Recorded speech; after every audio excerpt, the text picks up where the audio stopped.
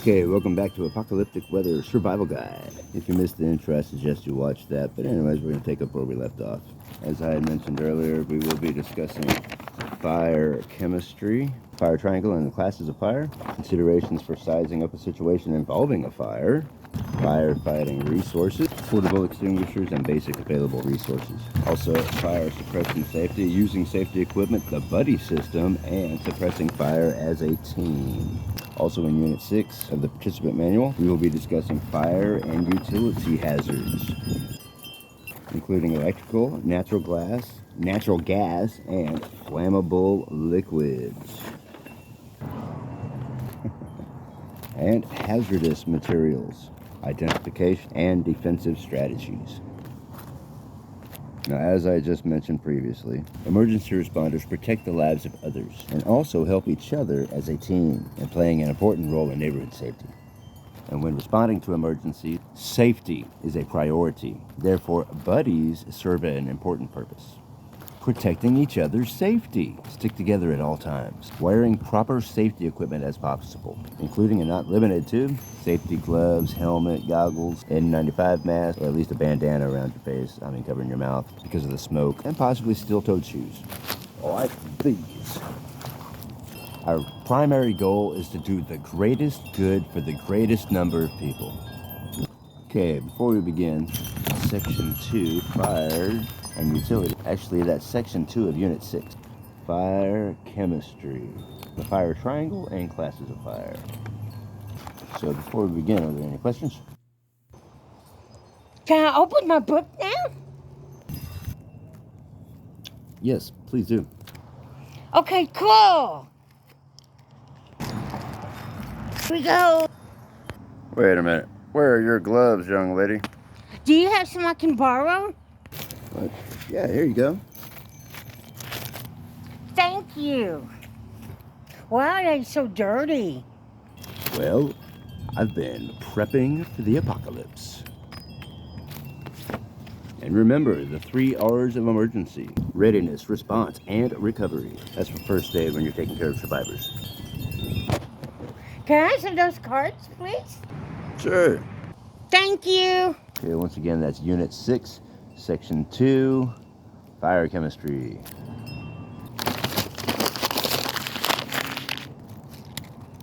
Alright, fire chemistry. Does anyone know what it takes for a fire to burn? That is scientifically known as the fire triangle. See the illustration right there, if you can see it. You should be able to see it quite clearly in your own participant manual. Once again, you can order that for free at ready.gov. Fire requires 3 elements to exist.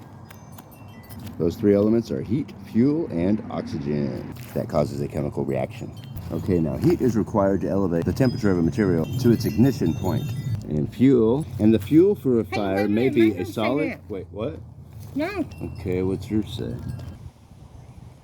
CERT. Volunteers encounter things during disasters that are unpleasant and uncomfortable, and responding to deal with the psychological effects of the trauma. These volunteers must be prepared to deal with psychological effects and trauma. That sounds more like Unit 5. Oh, you're right. Sorry. It's okay, it happens all the time. Anyways, as I was saying, fire requires 3 elements to exist: heat, fuel, and oxygen. Heat is required to elevate the temperature of a material to its ignition point, and the fuel of fire may be a solid, liquid, or a gas. The type and quantity of the fuel will determine which method they should use to extinguish a fire, which method you should use. Most fires will burn vigorously in any atmosphere of at least 20% oxygen. Without oxygen, most fuels could be heated until entirely consumed, yet they would not burn. Working together, these 3 elements are called the fire triangle. The fire triangle. That's image 6.1 in the participant manual. A new fire will not ignite, and an existing fire will extinguish if any of these 3 elements is taken away or missing. Okay, I will now attempt to demonstrate the concept of the fire triangle.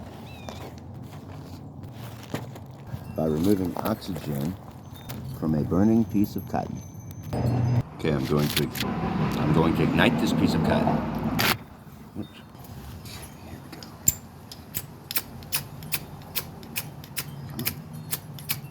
on.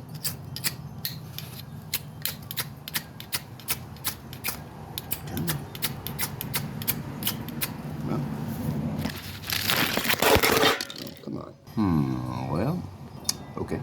If I can ever get this little piece of cotton here to ignite, I will put it inside this jar and rob it of its oxygen to demonstrate the concept of the fire triangle. How if one of those elements is missing, it will not burn, causing that chemical reaction to cause fire.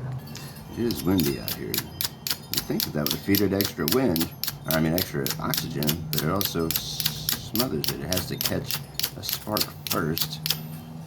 And there it is! Yes! Okay, now, carefully, pick it up if you could see it burning. Okay, now I'm going to put it in here and close the lid and see how it snuffs out the oxygen. But then, as you see, if you pull it back out of the container, once it has got the spark, the air can rekindle that fire because it reconnects that triangle, the fire triangle. You can rob it of the oxygen, that puts out the fire, but once you reintroduce it to air, it reignites. Unless the fire is completely overhauled, completely put out. Completely. Oh.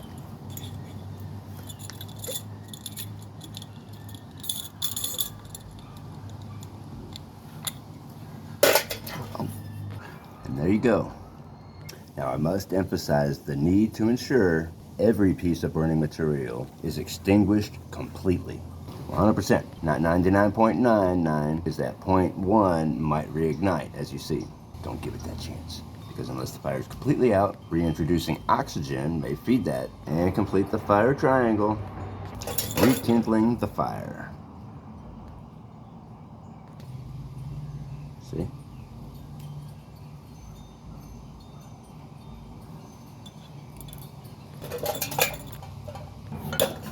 Completely. Okay, now to help aid in distinguishing types of fires, there are 5 classes based on the type of fuel that is burning. Wait, I have another question. Huh? When's a good time to be on fire? When there's some good barbecue on the grill? When you're on fire for Jesus. Amen. Hey, good one. As I was saying, classes of fire include A, B, C, D, and K. Class A fires are ordinary combustibles, such as paper, cloth, wood, rubber, and many plastics. Class B fires are flammable liquids, including oil and gasoline, as well as combustible liquids, such as lighter fluid and kerosene. See, it's actually the vapors that are ignited, not the liquid. It's the vapors that are dangerous. Only the vapor burns would ignite it. Class C fires energize electrical equipment, such as wires and motors. When the electricity is turned off, it becomes a Class A fire. And Class D fires are for combustible metals, including aluminum, magnesium, and titanium. And Class K fires includes cooking oil, such as vegetable oil, animal oils, and fats. I must stress that it is extremely important to identify the type of fuel feeding the fire, and to select the correct method and agent to extinguish the fire. Okay, that brings us to section 3. It's falling apart a little bit, but anyway, section 3. Section 3, fire size up considerations.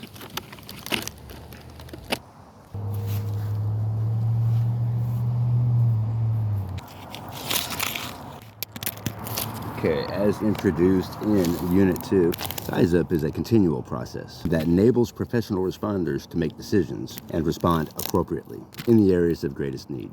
Size up consists of 9 steps and should be used in any emergency, including during fire situations. In your participant manual, please refer to Table 6.1, Fire Size Up, beginning on page 6.5 in the participant manual. Now, the size up of a situation involving a fire will dictate whether to attempt fire suppression and will help in planning to extinguish the fire. Now remember, safety of emergency responders is always a top priority, and an effective fire size up will allow you to answer the following questions. Do my buddy and I have the right and proper equipment? Are there any other hazards we should be aware of? Is the building structurally damaged? Can my buddy and I escape? And can my buddy and I fight the fire successfully and completely? We will now discuss fire size up considerations. Step 1, gather facts. For example, does the time of day or week affect the suppression efforts, and how? Are there weather conditions that may affect your safety? And if so, how will your safety be affected? Will the weather conditions affect the situation? And how will the situation be affected? Considerations. Type of construction. What types of structures are involved? What type of construction are involved? Step 1, gather the facts, considering the occupancy. Are the structures occupied? And how many people are likely to be affected by the fire emergency or by any emergency situation? This consideration. Are there special considerations? For example, children, elderly, handicapped, pets, or people with certain functional needs, like a wheelchair or crutches. Consider any possible hazards. Are hazardous materials evident? Do you see anything that might be hazardous? Are any other types of hazards involved, possibly and potentially? What other types of potential hazards, possibly? Step 2, assess and communicate the damage. Damage report. Survey all sides of the scene, full circumference, all the way around. Is the damage beyond the emergency responder's capability of maintaining safety? Have the facts and initial damage assessment been communicated to the appropriate person? Professional responders, not just volunteers like you and I. Although each individual makes a difference. And if nobody responds, Anyway, step 3, consider the possibilities. Life hazards. Are there potentially life-threatening hazards? And what are those hazards? The path of the fire. Does the path of the fire jeopardize other areas? And what other areas might be in jeopardy? Consider any additional damage, possibly, or any potential possible damage. Is there a high potential for more disaster? Activity that may impact personal safety. And what are the known risks? Step 4, assess your own situation, your personal safety, and consider what equipment is available to suppress the fire. What other resources are available? Can you, your buddy, or your group of volunteers safely attempt to suppress the fire? If not, do not attempt to suppress the fire for your own safety. Step 5, establish priorities. Are there any other more pressing needs that need attended to, that need to be considered and taken care of? Step 6, make decisions. Where will resources do the most good while maintaining an adequate margin of safety? Step 7, develop a plan of action. Determine how personal and other resources should be utilized effectively for safety. Step 8, take action. Put the plan into effect. And step 9, evaluate the progress. Continuously size up the situation to identify changes and to scope out the problem. Identify any safety risks and resources that are available. The available resources. Resource availability. Look around and see what you can use, man. And adjust your strategies as required. Sometimes you gotta improvise, but always consider your safety and the safety of others.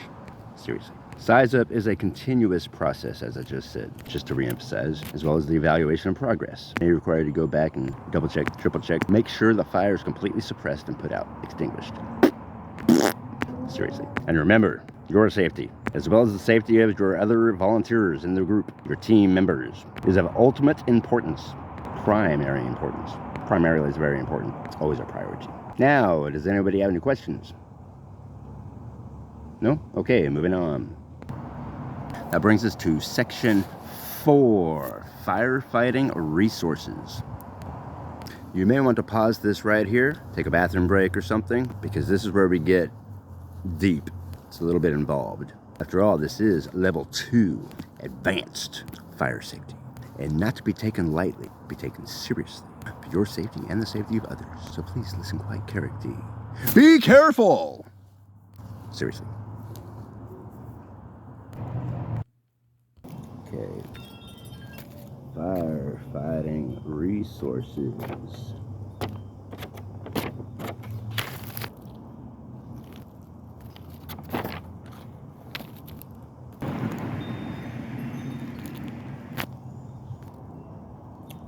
Okay, what comes to mind when you think about firefighting resources? The most common firefighting resources are the local fire department, obviously, fire alarm systems, sprinkler systems, portable fire extinguishers, and interior wet sand pipes. Those are the water hoses that are found in commercial or residential buildings, not normally or typically for public use.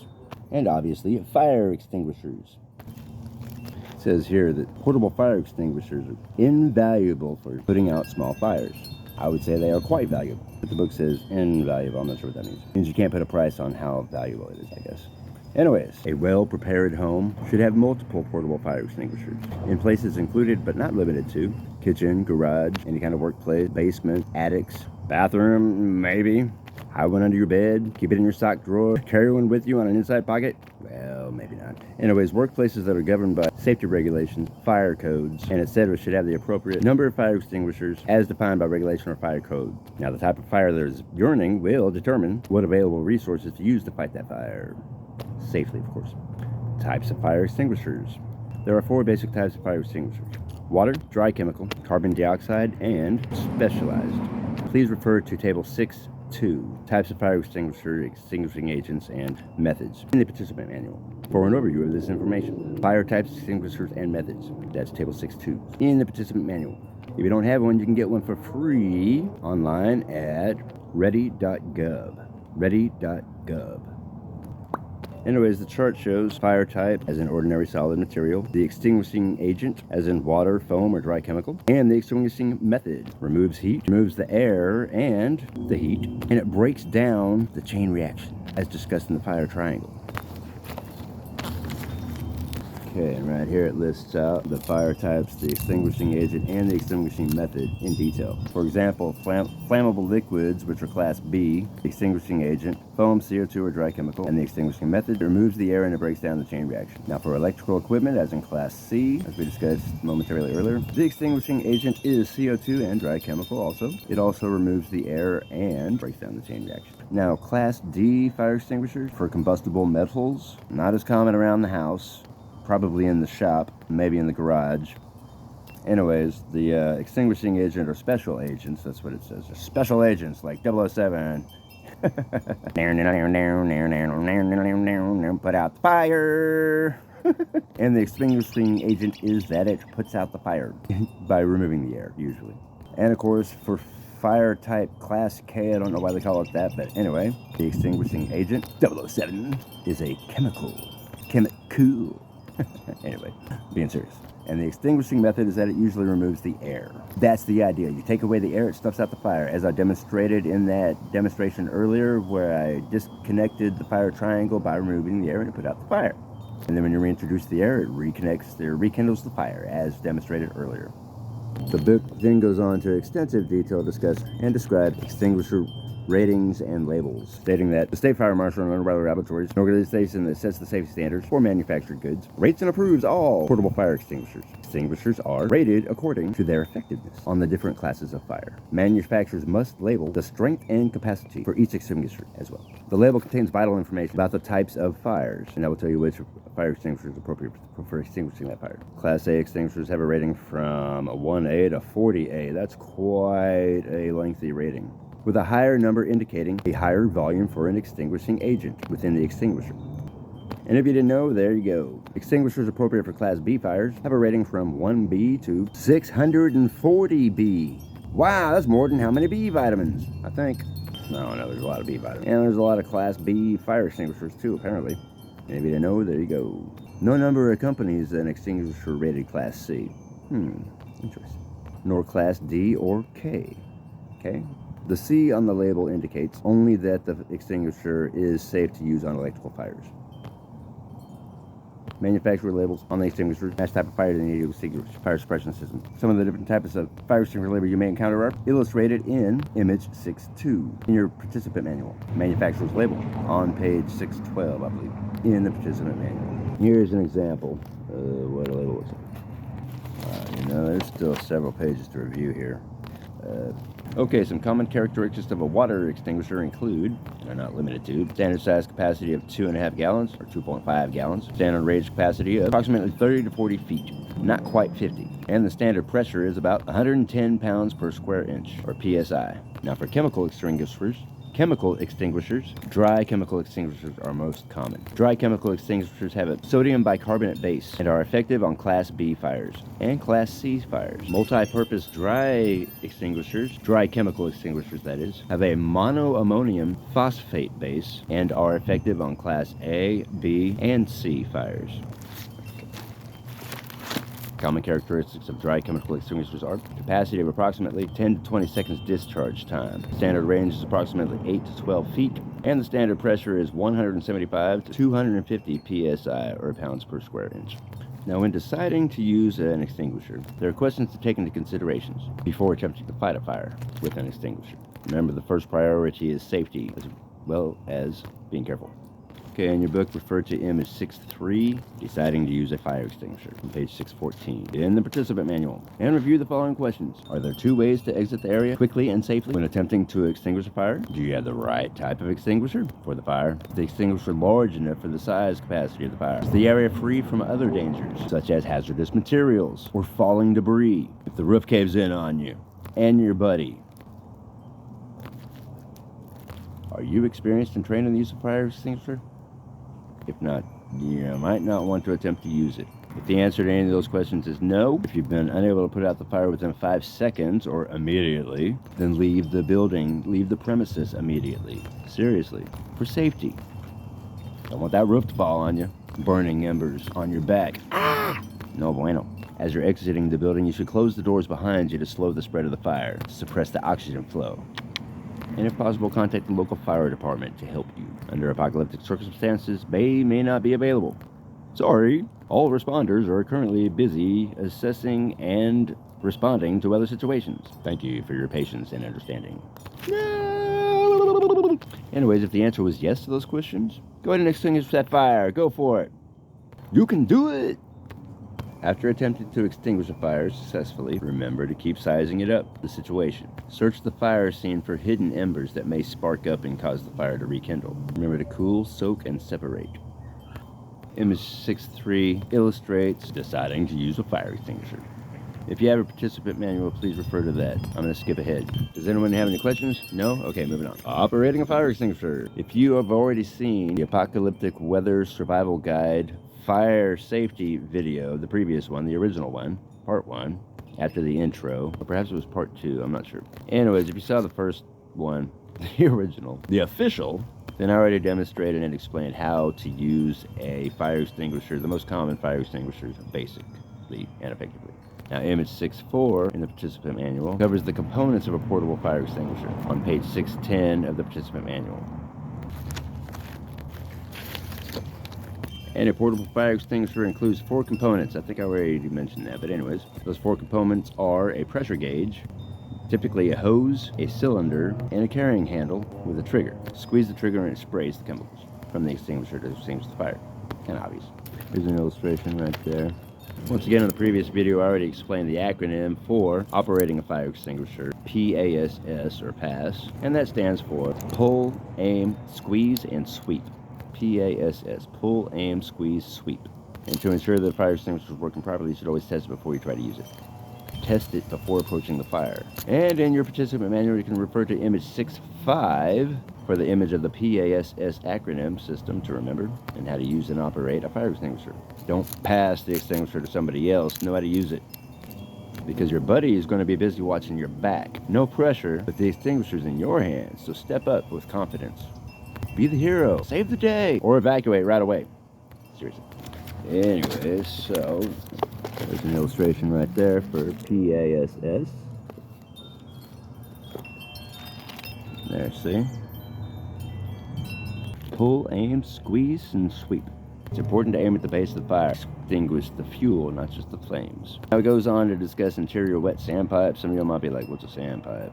What? Sandbag? Bagpipe? No. Interior wet sandpipes are typically in commercial and apartment buildings and consist of 100 feet of 1.5-inch jacketed hose with an adjustable spray nozzle. They deliver at least 100 gallons of water per minute. I've actually felt the pressure from one of those hoses. It will knock you down, and it's cold. Fire doesn't like that. Psst. No, seriously. Now, because of the size of the hose and the volume of the water that is discharged, Interior wet sandpipes can be difficult to manage. Therefore, emergency responders typically don't operate interior wet sandpipes. Now, for interior spaces, it is possible to confine a fire, restrict the spread of the smoke and heat by closing the interior and exterior doors. Does anyone have any questions? No? Okay. That takes us to section 5, fire suppression safety. However, it's starting to get dark, so I may have to continue this at another time. Also, because I was trying to keep this video less than 30 minutes, and we're at the 25-minute mark already. Because time is valuable. I do have a light in this magnifying lens, and I obviously can start many fires. However, it's time to relocate.